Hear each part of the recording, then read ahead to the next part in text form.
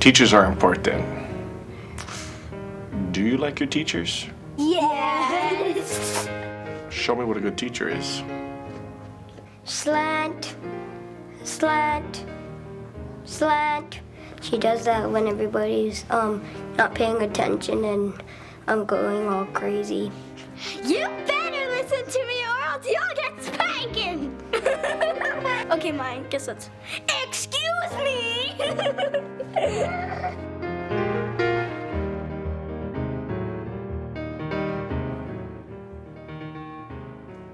And if you're their teachers and you're in here, that's just, just dramatization. It wasn't really like that. Which kind of asks me, what are they doing in class, these children? They look so well behaved at home, but maybe in class they're a little bit different. Kind of reminds us of when we were growing up, wasn't it? I mean, how many of you, your teachers had to talk to you over and over again? Come on, be honest. You just had to, yeah. You were always that person that the teacher would have to say whatever they did say to you, but you always got in trouble, or you were in the principal's office, or you were so beyond the principal's office that they didn't even call you and they just said, get out of my class. Some of us were in those type of situations. But today we're going to be talking about a good and righteous teacher named Jesus. We're going to learn the simple truth that Jesus teaches you. He teaches us things. I love the fact that in our world today, it is pretty obvious that there are a different mix of teaching that goes on. There are teachings that happen in school, public schools. There are private schools. There are charter schools. There are home schools where you're taught by your parents. There's teaching that goes on in businesses, teaching that goes on in our workplace, and teaching that goes on with getting our driver's license. There are a bunch of ways that we're taught. And just as we're taught in various ways, Jesus teaches in various ways. And that's what we want to look at today. Actually, we're going to look at the life of Peter.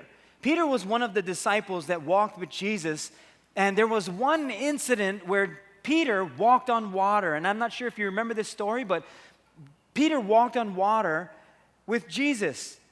And there are things that Jesus taught Peter that we want to learn from in that moment. Some time ago, my grandchildren were at our house, and we have this small little pool. It's about 6 feet, maybe about 3 feet deep. So it's not that big of a pool, but just enough for them to cool down. And they're playing in there. One is 4 years old, one is 3 years old. So as they're playing in there, as brothers, they're going to fight, they're going to push, and they're going to do things like that. Well, the older one, Jaden, pushes his younger brother, Landon. And as he pushes him, Landon says, "Don't do that. I don't like that." And so they're playing, and Jaden's like, "Ah!" And he runs away. They're playing in the pool. And then he pushes him again, and he says, "Don't do that. I don't like that." And then I set up a chair so that they can jump off. It makes it more adventurous. So they jump off the chair, and Landon gets on the chair, and Jaden pushes him down. And then he falls awkwardly, and so I get up, and I say, "Jaden, don't push him. Don't push him. Tell your brother sorry." "Sorry." And then they go play. And then Landon goes back on the chair. Then Jaden pushes him down again. I said, "Jaden, stop pushing your brother off the chair. Tell him sorry." "Sorry." And then Landon goes, I get mixed up with both of them. Only got two. Actually, there's three. One is Oakley. Anyway, back to the story. So now Landon goes back on the chair, and then Jaden pushes him down one more time. By this time, I've already had it. I get up, and I said, "Jaden, you stop pushing your brother. That's not nice. That's not a good thing to do. You tell him sorry." And he said, "Sorry." And I said, you're actually not listening, are you? You're not paying attention to what Papa is saying. So come here. And so I put him on the chair, and I said, "How would you like it?" And I push him. And he falls in the pool. He gets up. "Papa, what'd you do that for?" I said, "Now do you understand?" Did he push his brother after that? You would think he would. He didn't. Did I feel good pushing him down? No, not at all. It didn't feel good for me to push down my grandson. It felt horrible. I didn't like it, but that was the only way he would learn. That's the only way he would have learned. I gave him 3 opportunities, and he said, "I'm sorry," 3 times. He just didn't learn. You know what is interesting? We all learn differently. Some of you, maybe your children, you only have to speak to them once. Maybe you have to give them one swat on the butt, sometimes 15 little swats. But you do your very best to teach in a way that someone would learn. Sometimes in business, you could tell your employee or someone who is working for you one time and they got it down, and boy, do you love that. Some you have to bring in over and over and tell them the same thing. We all learn differently. Some of us, we learn audibly, we listen, and then we can catch it. Some, we learn by taking notes, and that's why we have notes in the morning. Some of us, we have to draw a picture. Sometimes that's why I'll draw an illustration, because we learn visually. We all learn differently, and Jesus understands that. And so Jesus teaches us differently. He teaches us in a way that we can understand. In the book of Matthew, chapter 14, and you can turn there, we're going to find this story of Jesus with his disciples and him teaching them. Now, if you don't have your Bibles, I'm going to read us the story. And if you don't have a Bible and you have a smartphone or a smart tablet, then touch to your Bible to Matthew chapter 14. And I'm going to read from verse 22 through 33. And this is Jesus when he was with his disciples, and Peter had the opportunity of a lifetime. It says, immediately, Jesus made his disciples get into the boat and go before him to the other side while he sent the multitudes away. And when he had sent the multitudes away, he went up on the mountain by himself to pray. Now when evening came, he was alone there. But the boat was now in the middle of the sea, tossed by the winds, for the wind was contrary. Now in the fourth watch of the night, Jesus went to them, walking on the sea. And when the disciples saw him walking on the sea, they were troubled, saying, "It is a ghost," or zombies. And they cried out for fear. But immediately Jesus spoke to them, saying, "Be of good cheer, it is I. Do not be afraid." And Peter answered him and said, "Lord, if it is you, command me to come to you on the water." And so Jesus said, "Come." And when Peter had come down out of the boat, he walked on the water to go to Jesus. But when he saw that the wind was boisterous or turbulent or rowdy or strong, he was afraid, and beginning to sink, he cried out, saying, "Lord, save me." And immediately Jesus reached out his hand and caught him and said to him, "O you of little faith, why did you doubt?" And when they got into the boat, the wind ceased. Then those who were in the boat came and worshiped him, saying, "Truly, you are the Son of God." Now, this story is interesting, that Jesus says to them when they thought it was a ghost, he said, "Be of good cheer." They're already afraid, but he said, "Be of good cheer, it is I." In other words, he was saying, don't be afraid. I come to comfort you. I don't come to scare you. I don't come to bring fear. I come to comfort you. Now, this is a teaching moment for the disciples. And when Jesus says to them that I have come to comfort you, he's letting them know that in the darkest times of your life, and even when you fear, I can bring you comfort. As bad as this storm may seem, I'm here to comfort you. Now, we're going to look at a couple things in the way Jesus teaches us. And the first thing is this. If you want to take some notes, you can take out your notes from your bulletin. And here's the first thing, that Jesus teaches through example. Like he puts us in the situation to teach us. And it can almost seem unfair. Like, wait, why do I have to go through what I go through? Well, sometimes that's the only way we learn. Maybe Jesus has been speaking to us all along, but while we go through it, now when he speaks to us, it makes sense to us. Otherwise, we wouldn't learn what he's trying to teach us. Jesus' life was an example for us to learn from. His miracles, his attitude, the way he spoke to people, the way he loved people, all of that is an example for us to learn from.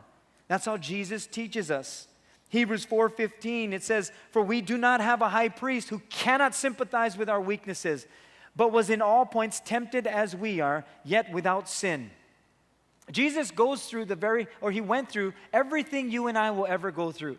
He was tempted just like you and I, but he never sinned. He can sympathize with our weaknesses. He knows what we go through. He can feel what we need to learn. But he also teaches not just through his the example of his life, but he also teaches through the example of situations. Jesus made his disciples get into the boat. It was at that moment that they stepped into the classroom of his Spirit that he made them get into the boat. And so when they got into the boat, they were already in their so-called comfort zone. Because anytime you go into the ocean, you want to be in a vessel that floats. Unless you're scuba diving or, swimming. But they were in this boat. And they're very comfortable in the boat, especially when these winds kicked up. And the wind became stronger. They were so comfortable in the boat because they were safe in the boat. And so they stayed in the boat. There will come a time that you will be in your comfort zone and the winds will kick up in your life. There's going to be times where you're doing well, and then all of a sudden you find yourself kind of wondering, what is happening in my life? Why am I going through what I'm going through? Why is it so windy? Why am I getting hit left and right by these things? It could possibly mean that you're still in your comfort zone. You're still in the boat. Nothing wrong with it. But the question is, what do I learn by staying in the boat? Is Jesus trying to teach me something while I'm in the boat, or is he trying to teach me something else? See, Jesus comes to you in the chaos. And you know what this story teaches us? That even when we're fearful, we should never mistake fear for the presence of the Lord. Because it's easy to do so. That we're living a life of fear, or we're living in a situation and there's a circumstance that comes up and we're fearful because we don't know what's going to happen. It could be health, it could be our finances, it could be looking for a job, it could be something happens in our family. It could be any one of those things that causes fear, and then we mistake fear for the presence of the Lord. And Jesus says, don't be afraid. It's me. You have nothing to fear. In other words, I am going to come to bring you comfort. That's why I'm here. And Jesus will speak to you even when you're fearful. The reassurance that you're going to be okay, that there's nothing to fear, that you can be of good cheer even while the winds blow and the waves crash. It was Peter that Jesus said, come. Because it was Peter that said, Lord, command me to come to you. So now with the life that Peter is living after he walked on water and the lessons that he learned, he writes these words in 1 Peter chapter 2, verse 21.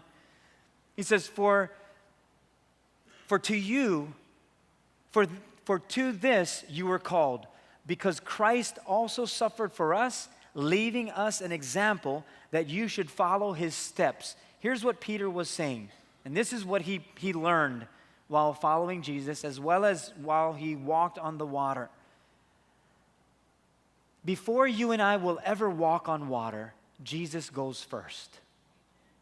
Jesus set that example. He suffered for us. He left us an example to follow in his footsteps. That whatever Jesus asked us to do, he never asks if he never went himself. In other words, when he asks us to do something, we should already see the footprints that he has left for us to follow. He's not going to ask you and I to do something that he has not done himself. Those steps, that footprints that he leaves, or it's a track or his footsteps, it's like imitating by example of another. That's what that word means. Have you ever mimicked someone? Maybe as husband and wife, when they turn around, you did. I mimicked Heidi one time, and I got caught. She said something to me and the boys, and then she turned around and I said, I did that. But she wasn't finished speaking, and she turned around and she goes, did you just mimic me? I'm like, what? Me? Why would I do that? I'm holy. I got busted. My kids were laughing because I got caught. Now, when we mimic, we do that out of sometimes a heart that tries, it's more of a teasing kind of thing. But when we mimic Jesus Christ, it's actually following his example, his footsteps. That's why Jesus could say in Matthew 11:29, take my yoke upon you and learn from me, for I am gentle and lowly in heart, and you will find rest for your souls. Take my yoke upon you. He says, learn from me. You know why we can learn from him? Because he knows exactly how we need to be taught. He knows exactly what we need to learn. He teaches us through example, through his lifestyle. The second thing Jesus teaches us with is his words. He teaches with his words. Did you know that Jesus told many stories? He told many stories with his words. He spoke words. He spoke in parables. He gave illustrations. And his disciples would say, Jesus, why do you speak in this way? Why you don't teach like everyone else? You teach in, like you tell stories. Well, we can all remember stories, can't we? That's why we give illustrations when we speak about the Word of God, because that's how Jesus taught. He spoke in parables. He gave stories, the farmer, the sower, and the seed. He gave illustrations so that we could remember. He teaches with his words. John 6:63 says that it is his Spirit, it is the Spirit who gives life. The flesh profits nothing. The words I speak to you are spirit and they are life. Whenever Jesus speaks of his words, life happens. It's just a part of how he teaches. He teaches with his words and life happens. Peter said, command me to come to you. Command me to come to you. When Peter said, command me to come to you, you know what that word means? Order me. That's what it means. Order me to come to you. It's a higher authority than asking. Because Jesus could have asked his disciples. Jesus was walking on the water. Now, let's just say you were Jesus and you were walking on the water, or you had the power to walk on water and you saw your friends in a boat. Wouldn't it be the coolest thing if you had the power to let them walk on the water too? For you to say, okay, how many of you guys in the boat want to walk on water like me? Then they all say, I don't want to walk on water. You say, come, walk on water. Jesus could have done that because that would almost seem like the thing to do. But Jesus didn't do that. He didn't ask any of them if you want to come walking on the water. Peter kind of volunteered himself and he said, Jesus, command me to walk on the water. Command me. In other words, Peter knew he couldn't do that on his own. Peter didn't have the faith to walk on water on his own. He didn't say to Jesus, Jesus, can I do that too? He said, command me to come to you. In other words, I don't have what it takes to walk on water. Command me to come to you so that I can walk on the water. And what Peter was learning was, I want to be just like you. I want to be just like you. I want to walk on water too. There's a higher authority when we say to the Lord, command me. Command me. For some of us, we need to say, Lord, command me. You know when you know you're supposed to do something and you just don't want to, or maybe you have doubts, maybe you're suspicious, or maybe you have fear. That's when we need to say to the Lord, command me. Command me to be a part of your kingdom. Command me. I want to serve, Lord, but I don't know why I don't want to, or I don't have the time, whatever reason I'm giving. Sometimes we know what we're supposed to do. All we need to say is, Lord, command me to. I don't have what it takes to do what you're asking of me. I don't have what it takes to be like you. I need you to command me, because when you command me, now there's a higher authority than me so-called volunteering to serve you. Command me to serve you. You're my Lord. Therefore, when you command me, I will go. And for some of us, that's the only way Jesus can teach us, is if he commands us. Command me to be consistent in coming to church. Why? Because I need to learn from you. Jesus continuously taught at the temple. Every single day he taught at the temple, but every single day he met with the Father. Jesus was consistent. You want to be like Jesus? Be consistent. But some of us have to say, Lord, command me. Command me to be consistent. Command me to serve. Command me to love. Love is best shown to the people that we have a hard time loving. That's when love is really shown. Easy to love people that love you. That's what Jesus said. But he said, love your enemies. That's true love. That's how you know you have the love of Christ, when you can love your enemies. It's not easy to do. Therefore, Lord, command me to love others. Well, I thought love is a feeling. No, it's not a feeling. Love is an action. Therefore, command me to action. Command me to give to you. Command me to forgive. You know, Pastor Ben was talking about our tithes and offerings, and he reminded me, when I first came to church and they talked about tithes and offerings, I was suspicious. I said, I don't know about this giving. I don't know where that money goes to. I don't know what they're doing with it. Or I didn't agree with certain things. But then I had to come to a point where I said, Lord, what are you asking of me? And he says, you trust me with your finances. Not man. Trust me with your finances. See if I will not open the floodgates of heaven. In other words, Lord, command me to give. I don't have what it takes to give to you. I don't trust right now. So command me to give. Command me to forgive. I have a hard time with another person. Lord, command me to forgive that other person. Command me to ask for forgiveness. And Jesus will say, come. Command me, Lord. He'll say, come. Here's where Peter's teaching moment comes. When Peter steps out of the boat and he walks toward Jesus, he saw the winds and the waves, and they were strong and turbulent. And it was at that moment that he reverted back to his comfort zone, and he was afraid. And then, of course, he began to sink. The words of Jesus Christ, that simple word of invitation of saying, Peter, come. For Peter, it was enough for him to step out of his comfort zone. And in Mark chapter 4, verse 9, Jesus says, he who has ears to hear, let him hear.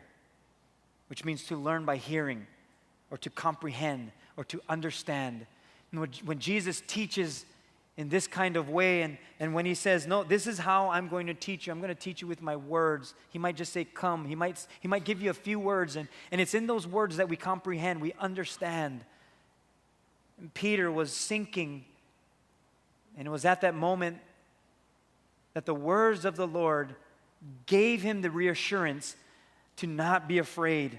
And when he said to come, that invitation that Jesus had, Peter stepped out of the boat, and he was willing to learn. I'm not sure if Peter felt like, well, if I step out of this boat and I start sinking, what are you going to do, Jesus? Because I don't have no scuba gear. I don't have no snorkel. If I start sinking, then I'm done. I'm going to have to swim for my life because these winds are blasting and the waves are huge. I don't know if he thought about that. All I know is when Jesus said what he said, the words that he said, it gave Peter the reassurance that all will be okay. And Peter teaches us, and in this moment, that we need to be willing to learn. We got to be willing to learn by the words that Jesus speaks. Otherwise, we are going to go through the same situations over and over and not learn a thing because we're unwilling to learn. Because here's the third thing. Jesus teaches spontaneously. He will teach spontaneously.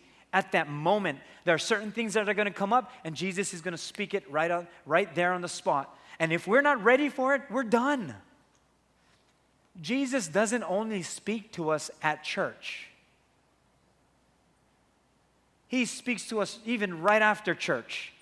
He speaks to us right when we're done with church and your spouse says, okay, let's go already. Oh, but I want to eat. I don't like eating. I like to go home already. The game is on. My team plays in about 10 minutes. We got to go home. But I wanted to eat. Well, I want to go home. I told you I wanted to go home. Well, I told you to record it. Well, I didn't know it was going to take this long. The pastor was speaking so long. He didn't know the game was on. And so now you're fighting right after church. And Jesus wants to teach you right there on the spot. He wants to teach you something. He's going to teach spontaneously. You're gonna go to work tomorrow or even today, and something will come up. Jesus wants to teach you something on that spur of the moment. He teaches us spontaneously. And it's interesting how he does that, because when things come up, even in the Bible, Jesus was ready to teach. He's always ready to teach at that moment. There's that woman, remember, she was caught in the very act of adultery. And then the leaders brought her to Jesus, and they said, Jesus, she was caught in the very act of adultery.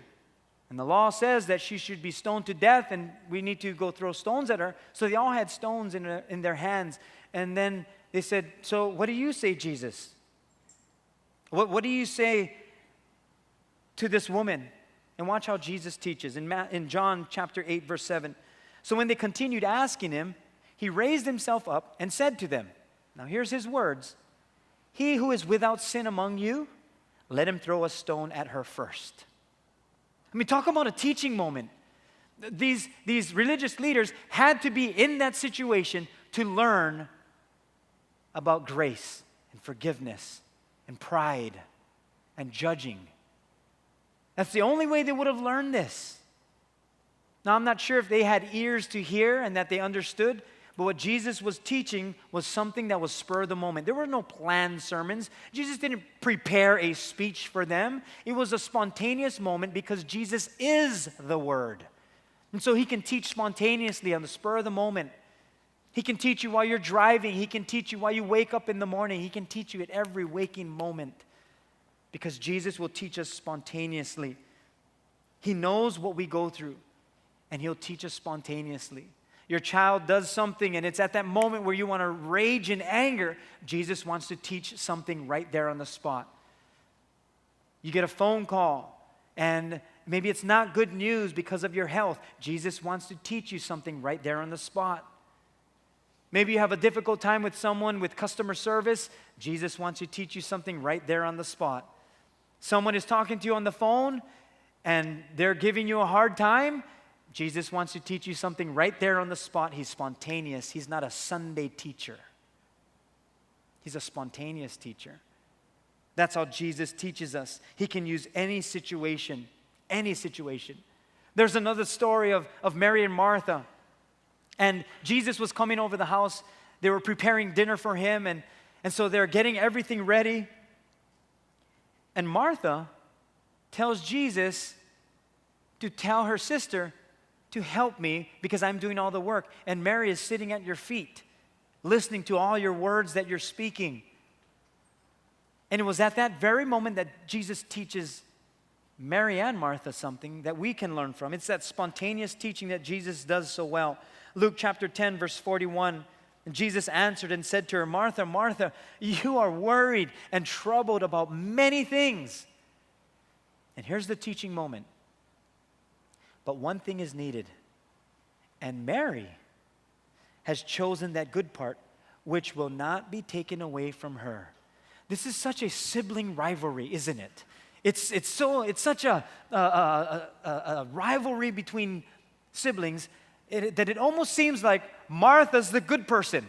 That Martha is telling Jesus, hey, I'm the good one. I'm the one that's doing all the work. I'm preparing dinner for you. Look at how lazy my sister is. Look at how lazy she is. She's just sitting down doing nothing. So it's my moment as the sister to show you how lazy my other sister is. I'm here to tell you, Jesus, look at her. Jesus teaches Martha something, and Jesus says, actually, Martha, Mary chose the wise part. She is sitting at my feet. You, on the other hand, Martha, are the one that's consumed about worry. And what Mary is doing, sitting at my feet, the one thing that is needed, that's not going to be taken away from her. I mean, talk about the tables being turned. Martha starting off with, look at me, look at her, look at me, look at her. Jesus says, hang on, look at you. What do you mean, look at me?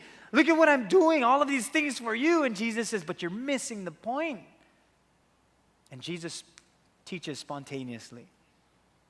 I wonder how many of us, Jesus is trying to teach us spontaneously, and we're saying, but look at them, look at what they're doing. But look at me, Lord, look at what I'm doing for you.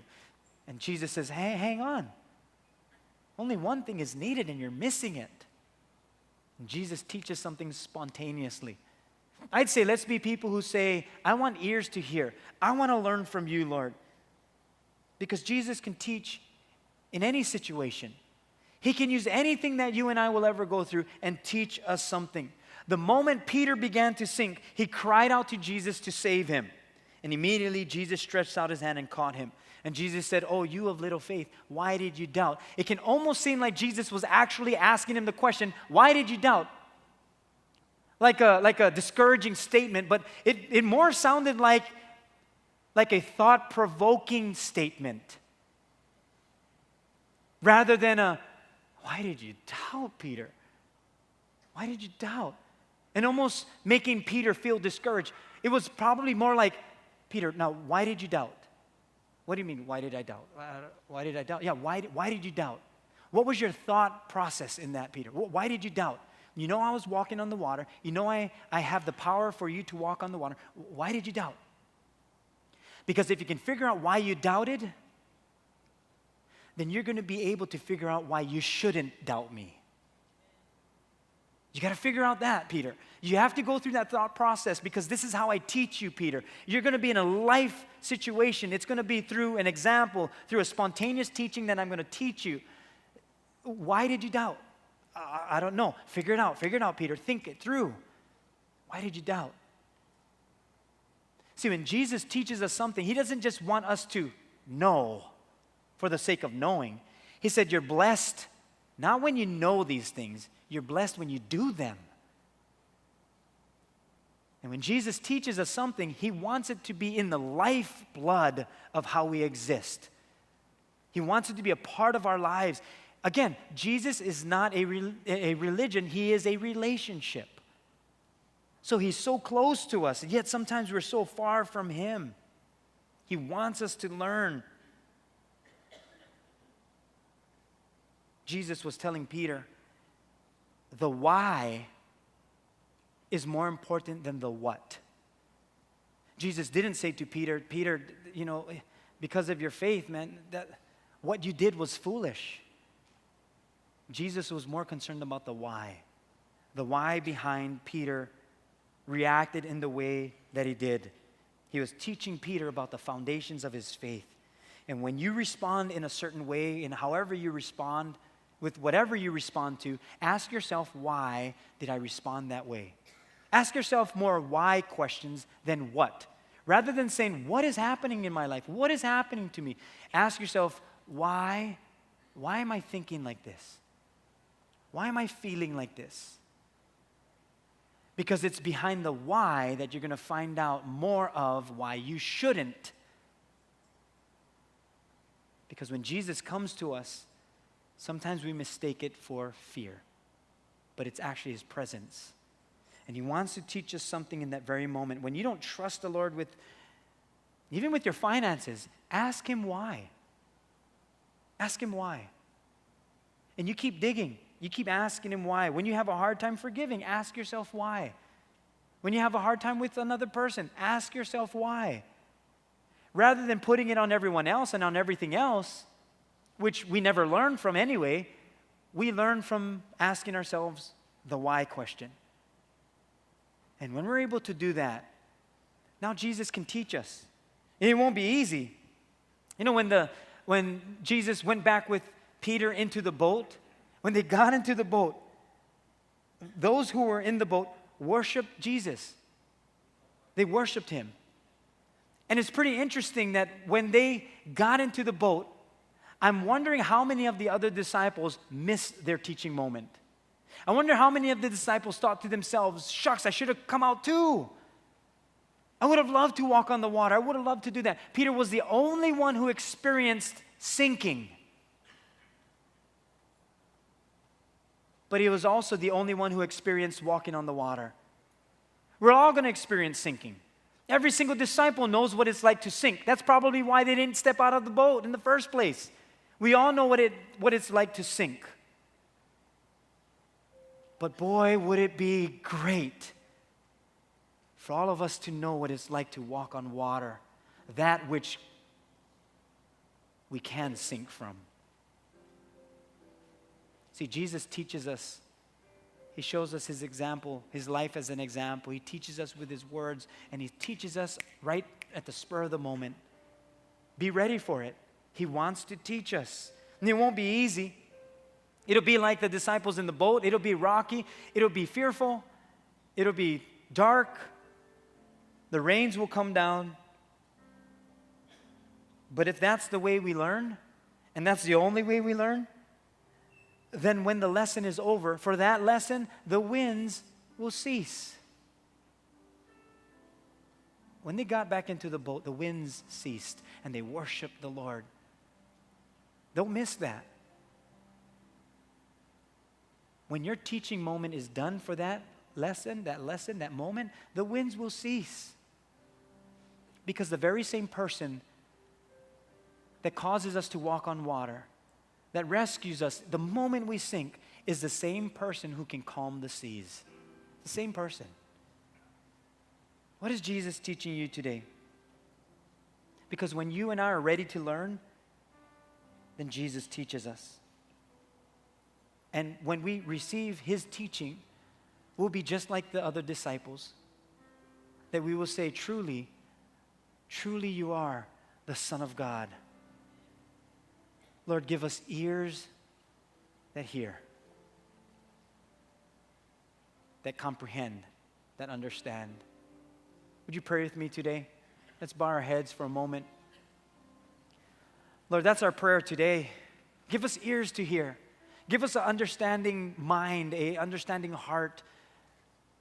We want to learn from you, Lord.